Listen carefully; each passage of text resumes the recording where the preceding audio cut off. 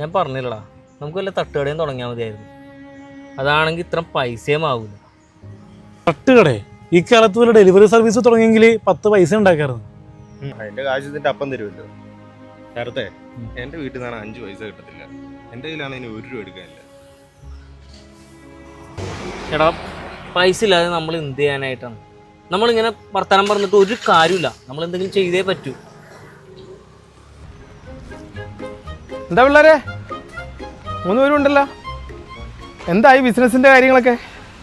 ഒന്നുമില്ല അരവിന്ദേട്ടാ, ഐഡിയകൾ ഒരുപാട് ഉണ്ട്, പക്ഷേ കയ്യിലാണെങ്കിൽ പൈസ ഇല്ല. അരവിന്ദേട്ടാ, എന്ത് റിസ്ക് എടുക്കാൻ ഞങ്ങൾ തയ്യാറാണ്. ചെന്നൊരു വഴി പറഞ്ഞു തന്നാൽ മതി.